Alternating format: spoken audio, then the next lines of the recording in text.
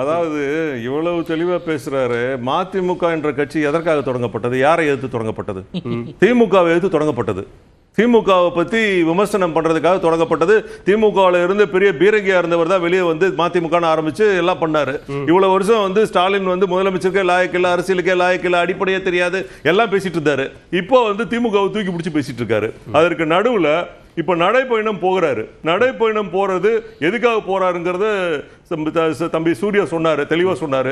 பேர் வைக்கிறது கூட உரிமை இல்ல கூட்டணியில, பேரை வந்து கட்டாயப்படுத்தி இப்படி மாத்த வைக்கிறாங்கன்னு. அப்போ எவ்வளவு தூரம் ஒரு கூட்டணி கட்சியை வந்து கொடுமைப்படுத்தி அவர்கள் என்ன செய்ய வேண்டும் என்கிறதை நிர்பந்தப்படுத்தி செய்துவிட்டு, இதுல இன்னும் ஒரு பெரிய கொடுமை என்னன்னா, தமிழகத்தை ஆளுகிறது திராவிட முன்னேற்ற கழகம், அந்த கட்சியில கூட்டணியா இருக்கிறது மதிமுக.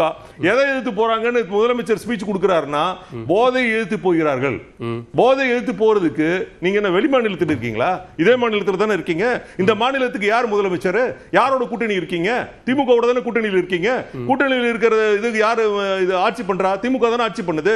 நீங்க நடைபயணம் போய் நீங்க எல்லாம் சாதிக்கிறதை விட ஏன் பக்கத்தில் இருக்கிற முதலமைச்சர்கிட்ட சொல்லி அதை செய்ய வேண்டியதானே?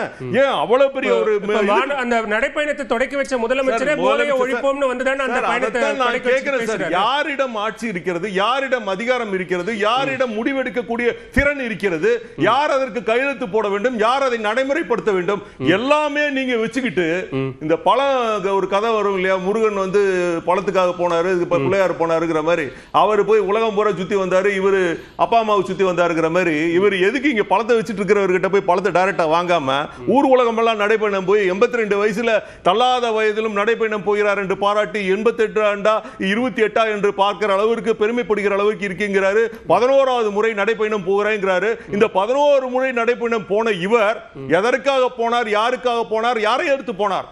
அதையும் முதலமைச்சர் பேசியிருக்க வேண்டும். திமுகவை ஒழிப்பதற்காக உருவான மதிமுக மாநாட்டில் போய் பேசுறாரு. என்ன போதை ஒழிப்போம், இதை ஒழிப்போம். நீங்களே ஆட்சியை பண்ணிக்கிட்டு உங்ககிட்டே பவரை வச்சுக்கிட்டு எல்லாத்தையும் கையில வச்சுக்கிட்டு பண்றீங்க. நீட்டை ஆரம்பித்த திமுகவை நீட்டை ஒழிக்க வேண்டும் என்று சொல்லுகிறது. நீட்டுக்கு முட்டு கொடுத்த திமுகவே செங்கல் எடுத்துட்டு தமிழ்நாடு பூரா சுற்றுப்பயணம் பண்ணுது. ஆட்சி முடிவு ஒத்துக்கொள்கிறோம், பண்ண முடியாது அப்படின்னா இத்தனை நாள் நீங்க மக்களை முட்டாள் பண்ணீங்கல்ல, அதற்கு உங்களுக்கு ஆப்படிப்பாங்க. என்ன ஆப்படிப்பாங்க? என்ன வார்த்தை? என்ன வார்த்தை? என்னங்க வார்த்தை அது? What is this? என்ன ஆப்படிப்பாங்க? அந்த வார்த்தைகளை நம்ம உறுதியாக அடிப்பார்கள். இல்ல நம்ம ஆரோக்கியமா இவ்வளவு நாளா யார் ஆப் பயன்படுத்தி பேசிட்டு இருக்கிறோம். அந்த வார்த்தைகள் வேண்டாம், விட்டுருங்க. அயனாதன், இங்க கூட்டணியில இன்னும் இழுபறி நீடித்துக் கொண்டிருக்கிறது. அது எந்த அணியோ அந்த இழுபறி காரணங்கள் தான் இந்த மாதிரியான நிகழ்வுகள் நடைபெறுவதற்கு காரணம். உங்களுடைய நிறைவு கருத்தையும் பதிவு இல்ல. என்னோட மெயினான காரணம் என்னன்னா, இந்து தமிழ் அப்படின்னு நான் சொல்றது அப்படின்றது வந்துட்டு ஒரு பிரிவினை நோக்கம் அப்படிலாம் இல்ல.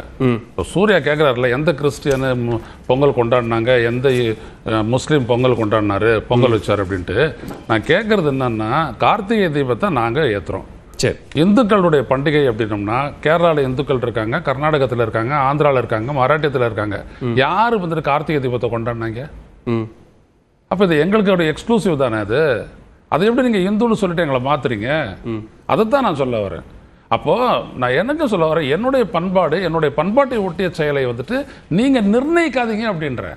நீங்க எங்களை மேல ஒரு இந்து முத்திரையெல்லாம் குத்தாதீங்கன்ற. ரெண்டாவது விஷயம், இந்துக்கள் அப்படி சொல்லிட்டு நீங்க என்ன இடஒதுக்கீடு ஆதரிச்சவங்களா? நீங்க சமூக நீதி ஆதரிச்சவங்களா? நீங்க இல்லையே. ஈழத்துல போராடினது தமிழர்கள் இந்துக்கள் தான் அப்படின்னு சொல்றாருல்ல அண்ணா ஐயா பேராசிரியர் அருணன் கூட. என்ன பண்ணாங்க இவங்க? ஒரு இந்து கட்சி ஆதரிச்சாங்களா? அடிக்கிறதுக்கெல்லாம் துணை நின்னாங்க. எனவே அரசியலை பேசும்போது தெளிவாகவும் இதுவாகவும் பேசுங்க. ஒரு வரி பதில் சொல்லிடுங்க சூர்யா. ஒரே ஒரு மீண்டும் சொல்றேன், அது இந்துக்களுடைய பண்டிகைகள், இந்துக்களினுடைய மத வழக்கங்களை ஒட்டி வந்திருக்கக்கூடிய பாரம்பரிய பண்டிகைகள். அதில் எங்களுக்கு எந்த மாற்று கருத்தும் இல்லை, மக்களுக்கும் மாற்று கருத்து இல்லை. இரண்டாவது, இலங்கையில் இது பண்ணீங்க அது பண்ணீங்க. இலங்கையில் எவ்வளோ பேர் இப்படி கொண்டு அந்த யுத்தத்தை முடித்து அந்த அமைப்பையே ஒழித்து ஈழத்தமிழ் கனவையே கொண்டது யாருன்றதும் அதுவும் மக்களுக்கு தெரியும். எங்க பேர்ல போட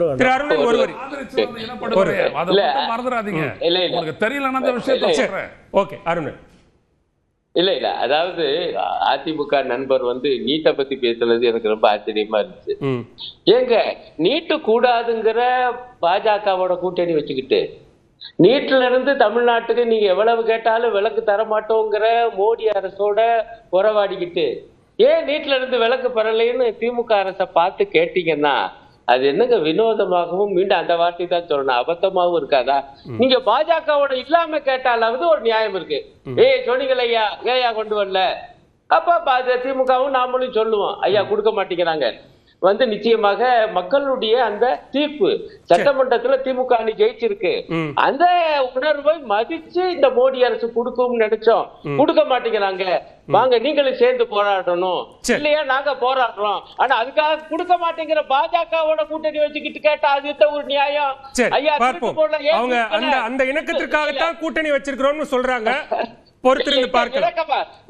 இணக்கமே கிடையாது இவங்களுடைய இணக்கம். இவங்க நான் என்ன சொல்ல வர்றேன், நீட்ல இருந்து விலக்கு தரக்கூடாது இவங்களே பாஜக சொல்லுவாங்க, அதிமுக தலைமையே. அதான் பொறுத்திருந்து பார்க்கலாம். இந்த அமர்வில் பங்கேற்று கருத்துக்களை முன்வைக்க நன்றி. விருந்தினர்கள் ஐவரின் வருகைக்கும் கருத்து பகிர்வுக்கும் நன்றி.